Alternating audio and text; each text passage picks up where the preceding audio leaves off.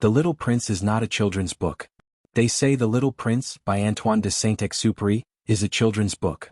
But that may be the most comfortable lie adults have created to avoid facing what it truly reveals. Children read this story with curiosity. Adults read it with discomfort.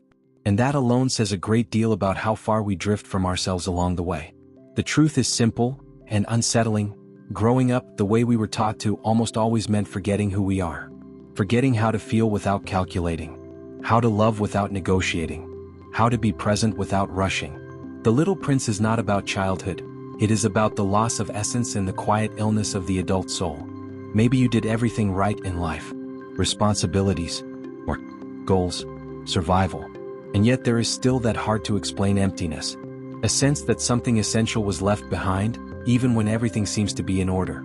Existential philosophy calls this disconnection. Spirituality calls it forgetting. The book simply calls it blindness.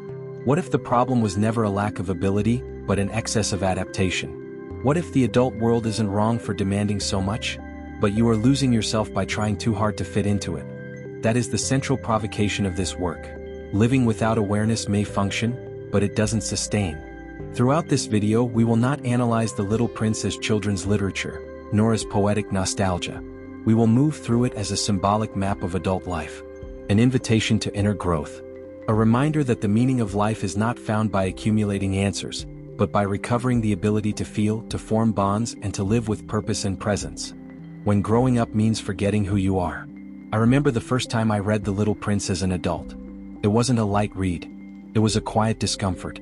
Because right in the opening pages, when the narrator shows his drawing of a boa constrictor swallowing an elephant, and adults see only a hat, something in me recognized itself. It wasn't about the drawing. It was about me. About how many times I had tried to express something true, and received an empty look in return. Growing up, the way we were taught almost always meant adapting, shaping ourselves, swallowing deep questions to learn practical answers. Society doesn't ask for sensitivity, it asks for performance. It doesn't ask what we feel but what we produce. And little by little, without noticing, the inner child is pushed aside, as if emotional depth were a luxury that doesn't belong in adult life. There is a subtle pain in this process and it is rarely acknowledged. The pain of not being understood. In the book, the narrator gives up on drawing because no one understands him. How many times do we do the same? How many ideas do we withhold? How many dreams do we shelve? How many emotions we silence just to avoid the exhaustion of explaining who we are? Emotional psychology shows that when we repress essential parts of ourselves, we don't become more mature. We become fragmented. Existential philosophy has spoken of this for centuries. Living disconnected from one's essence creates a kind of existential loneliness. You can be surrounded by people, busy, active, and still feel that something is missing. That's not failure. That's forgetting. The problem is that this forgetting is socially rewarded. Those who adapt quickly are praised. Those who question too much are seen as immature. Those who feel too deeply are labeled too sensitive. And slowly we learn that feeling is dangerous. That imagination is unproductive. That reflecting deeply on the meaning of life doesn't pay the bills. And so the soul becomes quietly ill, without making a sound. I've lived this myself. Times when everything looked right on the outside, work, routine, responsibilities, but something inside me was silent. It wasn't obvious sadness. It was the absence of wonder. And when wonder dies, life becomes nothing more than a sequence of tasks. The Little Prince calls this forgetting what is essential, even without using those exact words. If you look closely, the central conflict here isn't between adults and children. It's between awareness and automation. The inner child represents presence, curiosity, the ability to see metaphor where adults see only numbers. When that part is ignored, life loses its emotional texture. Everything works, but it feels shallow, safe but soulless. A simple, and deeply uncomfortable, exercise is to ask yourself, when was the last time you did something with no practical purpose? Reading a book just for the pleasure of it like The Little Prince.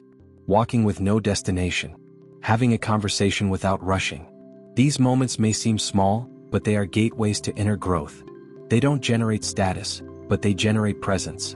And presence changes everything. Saint-Exupéry didn't write a children's story. He wrote a mirror. A mirror that shows the exact moment when we began trading imagination for acceptance. Authenticity for approval. And the earlier we make that trade, the harder it becomes to remember who we were before it. The book doesn't accuse. It simply reveals. And that revelation can be uncomfortable, but also liberating. Perhaps the most disturbing realization at the beginning is that no one stole this essence from us. We gave it away little by little, believing it was necessary. But what if it wasn't? What if it were possible to live in the adult world without completely abandoning what we feel? Before answering that, it's worth looking more closely at what the adults in the book value most, and what they stopped seeing along the way. Adults love numbers, not meaning. There is a quiet line running through The Little Prince that many people miss on the first reading. Adults believe only in what can be counted. Salary, square footage, job title, followers, results. Everything must fit into a spreadsheet to feel real. And curiously, the more numbers we accumulate, the harder it becomes to explain why we still feel empty. This obsession with what can be measured isn't just cultural, it's emotional. Emotional psychology explains that numbers create a false sense of control. When I can measure something, I feel I dominate it. The problem is that the most important things in life, love, purpose, awareness, presence, cannot be measured. They can only be felt. And feeling requires vulnerability, something the adult world has learned to avoid. When the Little Prince talks about his home, adults are only interested if he can say how many square feet it has. When he talks about a flower, they ask how much it costs. It sounds almost caricatured, but if you look honestly, you'll see how deeply this logic seeps into daily life. How often is a relationship evaluated by the status it offers, rather than the peace it provides? This mindset even invades spirituality. Many people try to measure their inner growth. How many books they've read, how many techniques they practice, how many courses they've taken. Everything becomes performance. But existential philosophy reminds us that awareness is not accumulation, it's depth. You don't become more conscious by knowing more concepts, but by being more present with what you already live. I've fallen into this trap myself. There were phases when I measured my worth by how much I produced, how much I advanced, how much I seemed to evolve. And ironically, the more I tried to prove progress, the farther I drifted from meaning. Because what is essential is invisible to the eyes, and invisible to metrics as well. This mentality directly affects deep human relationships. We start evaluating people by usefulness, convenience, or immediate emotional return. When the other person stops delivering, we discard them. The Little Prince confronts us with this by showing a world where almost no one truly listens. Everyone is busy counting something, but no one is fully present. A simple but unsettling question arises here. Where in your life are you trying to measure something that can only be felt? Perhaps it's a relationship you over-rationalize, a career that makes sense on paper but not in your chest, or the way you pressure yourself for results without asking whether there's still joy in the process. A concrete practice to break this pattern is to create spaces with no measurable goal. Read The Little Prince without underlining quotes. Or read books like The Power of Now by Eckhart Tolle simply to observe how you react to the silence between the words. Walk without a step counter. Talk without checking the time. It sounds simple, but in a metric-obsessed world, it's revolutionary. Saint-Exupéry isn't saying numbers are useless. He's saying they're not enough. The problem begins when what can be measured becomes more important than what is true. When appearance outweighs experience. When the resume matters more than awareness. Slowly the soul goes quiet. Perhaps the discomfort this chapter creates is the beginning of an awakening. Because when we realize we've been trying to explain life with numbers, we open space to feel it again with presence. And that prepares us to see something even deeper. The characters who inhabit those symbolic planets aren't outside us. They live within us. Each planet is a mirror of the human soul. When the Little Prince begins his journey through the planets, many people read these passages as curious episodes, almost disconnected fables. But on a deeper reading it becomes clear. Each planet is a mirror. Not of the external world but of the human psyche. Saint-Exupéry created a quiet gallery of ego archetypes. And the discomfort arises when we recognize how often we've lived on some of these planets without realizing it. The first encounter is with the king, who rules over a kingdom with no subjects. He represents the adult obsession with control. How often do we try to control people, emotions, even the future just to avoid facing uncertainty? Existential philosophy reminds us that excessive control is not born of strength, but of fear. The king commands because he's afraid of losing the little meaning he has. Then comes the vain man who lives for approval. He exists only as long as he is admired. This planet hurts because it reflects a society that confuses value with visibility. Likes, praise, external validation. In emotional psychology, this is called dependent identity. When the gaze of others defines who I am, any absence feels like rejection. Living this way exhausts the soul. Next appears the drunkard, trapped in a cycle that feeds on its own shame. He drinks to forget that he drinks. Here, Saint-Exupéry touches a delicate truth. Compulsive behaviors are rarely isolated addictions. They are desperate attempts to numb existential loneliness. It's not always alcohol. Sometimes it's overwork, consumption, constant distraction. The businessman is perhaps the most familiar figure to the modern adult. He counts stars the way we collect achievements. Everything must be owned, registered, secured. Yet he enjoys nothing. This planet speaks of work without meaning, of a life devoted to accumulation but incapable of savoring. Personal development without awareness becomes just another sophisticated form of exhaustion. The lamplighter appears as a strange figure. He works endlessly, obeying rules that no longer make sense. He is the archetype of blind obedience. People who live on autopilot, following routines that have lost their purpose, but continue out of fear of stopping and asking, why? This planet doesn't scream, it whispers fatigue. Then there's the geographer, who represents knowledge without experience. He knows everything about the world, yet has never left his desk. This is a deep critique of empty intellectual accumulation. Reading, studying, consuming philosophy for the soul without living any of it. The Little Prince reminds us that wisdom is not what you know but what you live. These planets are not distant characters. They are states of consciousness. At different stages of life we have been kings, vain seekers, drunkards, accumulators, or geographers. The beauty of the book is that it doesn't judge, it reveals. Self-knowledge begins when we recognize these patterns without guilt, but with honesty. A simple exercise is to observe your week and ask, which planet did I spend the most time on? Trying to control?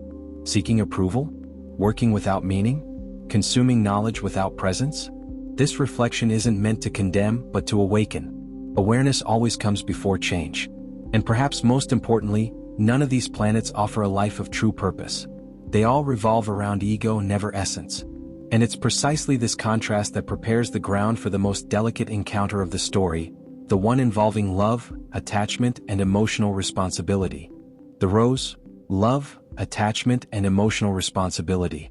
The rose is perhaps the most misunderstood symbol in The Little Prince. At first glance, she seems merely vain, demanding, fragile. But with emotional maturity, something deeper appears. The rose is the Little Prince's first great emotional mirror, and in a way ours as well. Saint-Exupéry shows us that loving is, above all, learning how to deal with what truly affects us. The Little Prince loves the rose, but he doesn't know it. He confuses love with suffering, care with obligation, bond with imprisonment. Emotional psychology points to this clearly. When we lack emotional maturity, love hurts. Not because it is love, but because we don't know how to inhabit it. Many relationships fail not for lack of feeling, but for lack of awareness. The rose also reveals the danger of idealization. The Little Prince projects expectations onto her, hoping she will be simple, easy, predictable. When she shows herself complex, sensitive, contradictory, he becomes frustrated. Here the book touches a common wound, loving the image we create of someone rather than the real person. How often do we suffer not for who someone is, but for who they failed to be for us? There is an unspoken truth in this part of the story that echoes through adult life. Love requires emotional responsibility. Caring is not controlling. Protecting is not suffocating. Being present is not self-erasure. Mature love holds attachment and detachment together, and that is deeply counterintuitive for those taught that love means losing oneself. I've seen this countless times and lived it too. People who give so much to others that they disappear from themselves. Others who flee at the first sign of conflict, confusing freedom with escape. The rose teaches that real love requires presence, but also boundaries. Listening, but also truth. The Little Prince only understands the value of the rose when he leaves her. Distance doesn't diminish love, it reveals it. This is true in adult relationships as well. Sometimes space is needed to distinguish attachment from genuine bond. Inner growth often passes through this kind of discomfort. Practically speaking, this invites us to review how we relate. Do you listen to understand or just to reply? Do you care expecting return, or because you've chosen to care? A simple exercise is to observe your expectations. Are they agreements or assumptions? Honest conversations, even uncomfortable ones, save more relationships than elegant silence. The spirituality in The Little Prince is not romantic, it's conscious. It shows that love is a daily practice, not a static feeling. It requires time, presence, patience. The fox will deepen this lesson later, but the rose plants the seed. Without emotional responsibility, love becomes demand. Without awareness, care becomes control. Perhaps the greatest lesson of this chapter is realizing that love is not what we feel when everything is easy, but what we choose when difficulty appears. And that choice reveals who we are. Before moving on, it's worth noticing how this relationship prepares us for something even deeper: the experience of emptiness, solitude, and silence symbolized by the desert. Loneliness in the middle of the desert.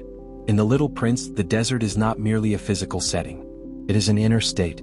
Saint-Exupéry chooses the emptiest place on earth to speak about something many adults feel in secret: a loneliness that has nothing to do with being alone. You can be surrounded by voices, messages, commitments, and still feel that nothing touches what truly matters. In emotional psychology, this emptiness has a name: inner disconnection. It arises when life loses meaning even while remaining full of tasks. The modern adult rarely stops, but almost never truly meets themselves. The desert symbolizes that moment when distractions fade and we are forced to face what has been forgotten within us. It's striking that the meeting between the narrator and the little prince happens there, in silence. Not in a city, not in a productive environment, but in a place where nothing happens. Existential philosophy has always pointed to this. Silence is not absence, it is revelation.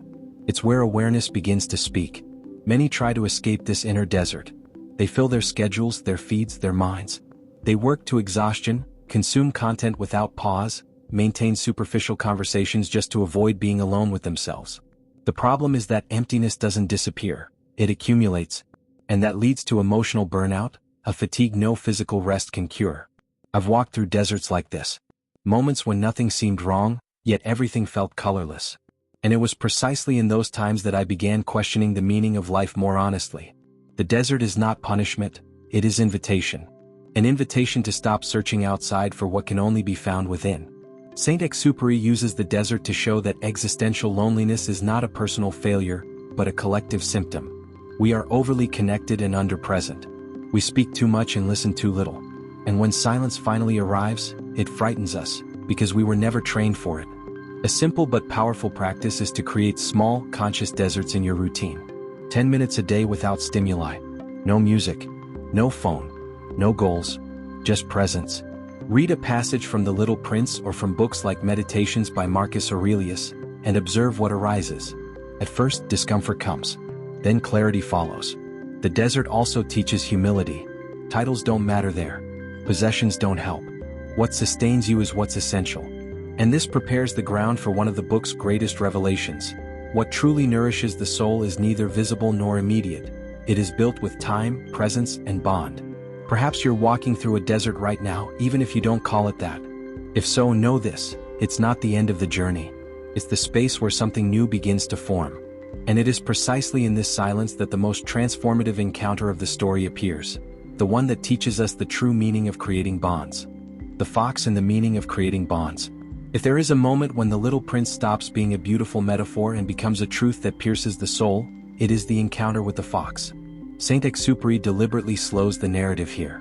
Because what truly matters does not happen in haste. The fox asks for nothing extraordinary. She asked for time. You become responsible, forever, for what you have tamed. This sentence is endlessly quoted but rarely understood. Responsibility here is not possession, nor moral obligation. It is awareness, the recognition that every genuine bond leaves a mark. Emotional psychology teaches us that presence creates impact, and impact requires care. The fox shows that bonds are built gradually. They cannot be rushed, forced, or optimized. She speaks of rituals, repeated meetings, waiting. In a world addicted to immediacy, this idea sounds almost radical. We want intimacy without construction, connection without vulnerability, love without risk. This part of the book is a silent masterclass on deep human relationships. The fox makes it clear: before bonds, everyone is the same. After bonds, no one is replaceable. This directly challenges the logic of emotional disposability that dominates many modern relationships. When everything is interchangeable, nothing is truly lived. I often say that time is the language of love, not measured time but time lived with presence. Being with someone without checking the clock. Listening without preparing a response. Sharing silence without discomfort. This is awareness in action, and it cannot be learned theoretically. Practically, this invites us to revisit our relationships. How many people in your life have you truly bonded with? And how many have you merely occupied? Creating bonds requires courage because it includes the possibility of loss. But avoiding bonds to avoid pain is choosing a sterile loneliness. The fox also teaches something subtle about self-knowledge. Through bonds we discover who we are. The other reveals us, mirrors us, challenges us. Relationships don't exist to complete us but to show us. And this is part of the inner growth the book proposes. A simple exercise is to choose one bond and deepen it consciously. A friendship, a relationship, even a long postponed family conversation. Give real time, real presence, no multitasking, no distractions. This doesn't guarantee perfection, but it guarantees truth. The spirituality of this encounter is not dogmatic, it is practical. It teaches that the meaning of life is not found in accumulating experiences, but in living a few deeply. When we do this, our perception changes. The world stops being generic. It gains color, meaning, and memory. And it is precisely this transformation of perception that prepares us for the most famous and most neglected truth of the book. The one that cannot be seen with the eyes, but is recognized with something far more silent. What is essential is invisible to the eyes. There is a sentence in The Little Prince that has crossed generations like an eternal whisper. What is essential is invisible to the eyes. Saint-Exupéry did not write this as a pretty quote. He wrote it as a spiritual reminder, a call to awareness, because everything that truly sustains life does not appear on the surface.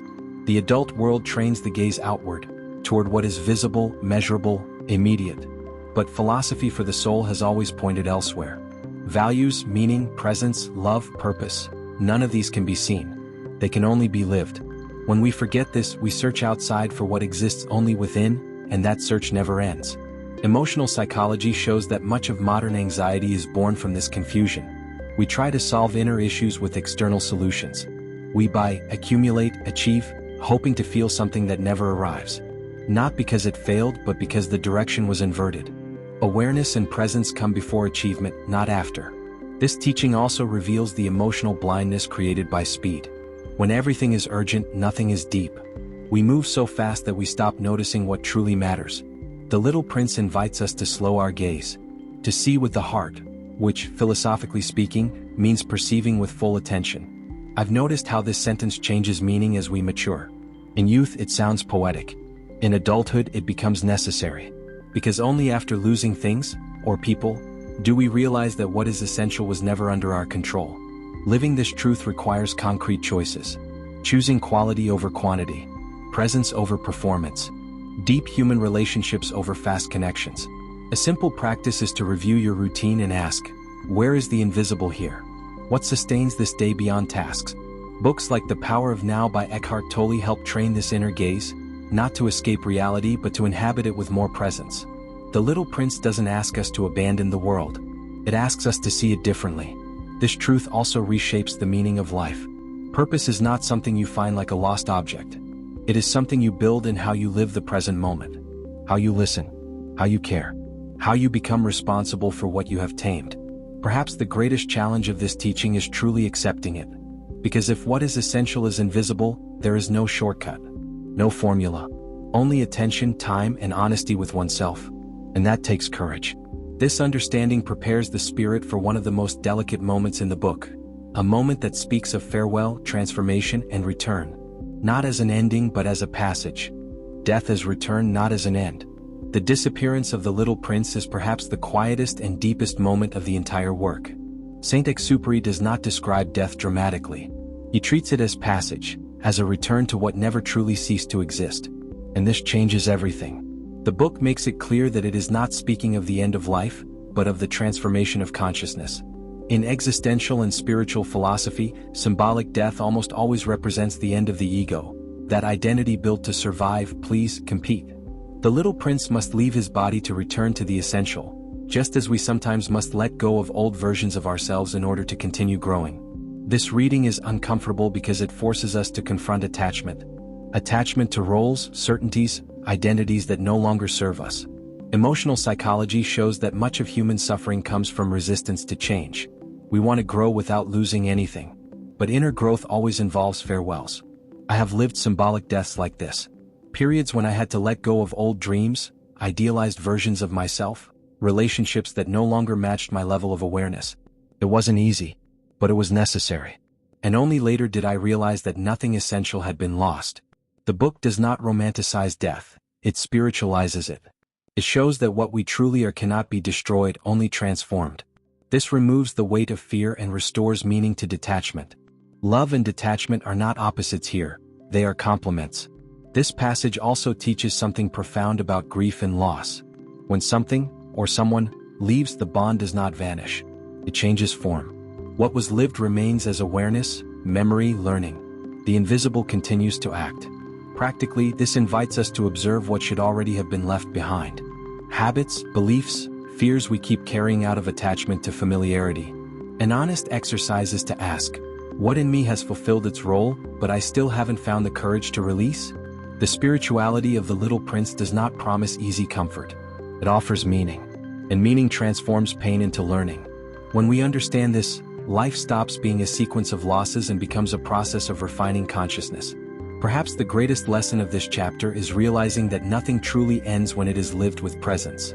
Everything integrates. Everything transforms. And this understanding opens space for the final step of the journey, learning how to live in the adult world without killing what keeps us alive inside. Becoming an adult without killing the inner child. After crossing planets, bonds, deserts, and farewells, we reach the most delicate point of the journey, integration. The Little Prince never asked us to return to childhood in a naive sense. The invitation is more mature and more difficult, to become an adult without betraying our essence, to grow without hardening, to evolve without forgetting how to feel. The inner child, in the psychological and spiritual reading of the book, is not immaturity. It is sensitivity, curiosity, presence. It is the gaze that sees metaphor where adults see only function. When this part dies, life may still work, but it loses meaning. And meaning is what sustains the adult from within. True maturity is not abandoning feeling but learning to regulate it. Not suffocating imagination but giving it form. Existential philosophy points out that integration is the highest stage of inner growth, when responsibility and sensitivity walk together. Neither escape from the world nor submission to it. I see this clearly in the people I admire most. They meet deadlines, pay bills, take responsibility, yet they still move emotionally at simple things. They listen attentively. They ask deep questions. They didn't lose the inner child, they learned how to protect it in a world that tries to crush it. Practically, this requires conscious choices. Choosing not to respond automatically to everything. Making time for what nourishes the soul. Reading books that provoke deep reflection, like The Little Prince, Letters to a Young Poet by Rilke, or Man's Search for Meaning by Viktor Frankl. Not to escape reality, but to inhabit it with greater awareness. It also requires the courage to appear strange in certain environments. The integrated adult doesn't always fit in. They feel too much to be cynical, think too deeply to be shallow, question too much to be predictable. And that's okay. A life with purpose rarely comes from perfect conformity. A simple exercise is to reclaim something you loved before everything became obligation. Drawing, writing, walking, watching the sky. Not to monetize, not to post, just to remember what it feels like to be present. This is self-knowledge in practice, not theory. Saint-Exupéry reminds us that the conflict between the adult world and the inner child doesn't have to end with one side winning. It can end in agreement. A quiet agreement where the child offers meaning and the adult offers structure. Where the heart guides and the mind sustains. This is the point where the journey stops being just reading and becomes daily choice. Because integration is not an event, it is a way of living. And when this integration happens, something changes in the gaze, in posture, in deep human relationships. Life becomes simpler. Not easier, truer. And perhaps from here on, the question is no longer, what's missing? But, how do I live all of this in everyday life? That's where an ordinary story, seemingly simple, can reveal the extraordinary when these teachings leave the book and enter real life. When the essential begins to make sense again. A story of integration, presence, and choice. I want to end this journey by telling you a simple story. Not grand. Not extraordinary. Precisely because the Little Prince has always taught us that the essential hides in the ordinary. Imagine an ordinary man. Ordinary life. Work, commitments, responsibilities. He wakes up early, answers messages, meets deadlines, moves through full days. On the outside, everything works. On the inside, something goes quiet. It's not obvious sadness. It's absence of meaning. An existential loneliness he cannot name, but feels when the day ends and nothing truly touched him. One day, by chance, or perhaps not, he finds a forgotten book on a shelf, The Little Prince. He reads without expectation, almost like flipping through the past. But something happens. Simple sentences begin to open deep questions. The inner child, dormant for years, stirs. He realizes he grew, but forgot himself. In the days that follow, small changes appear. He starts walking without headphones, watching the sky, listening without interrupting. Not because he read about awareness and presence, but because he missed them without knowing it. He begins to create bonds more carefully, remembering the fox, understanding that time is love in the form of attention. At work, something changes too. He remains responsible but no longer measures himself only by numbers. He realizes that the meaning of life isn't in the title, but in how he lives each gesture. He learns to say no when needed, to say yes when the heart asks. Personal development stops being performance and becomes alignment. In relationships, he notices where he loved from attachment and where he fled from fear. He learns that love and detachment are not opposites. That emotional responsibility doesn't imprison, it matures. He stops idealizing people and starts seeing them as they are. It hurts less than expected. It frees more than promised. At some point he faces an inner desert, a silence he used to avoid. But now he doesn't run. He sits with it, breathes, observes, and discovers that the desert wasn't there to punish him, but to teach him how to listen. From there, something essential begins to return to its place.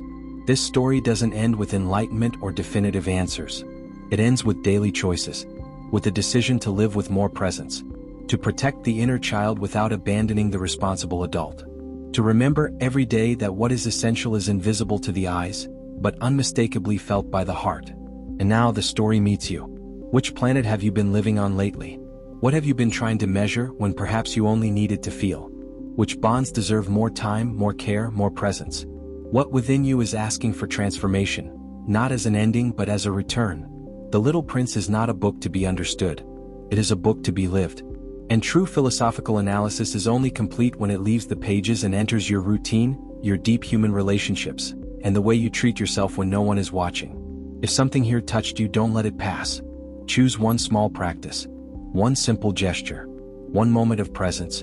Inner growth happens this way, quietly but irreversibly.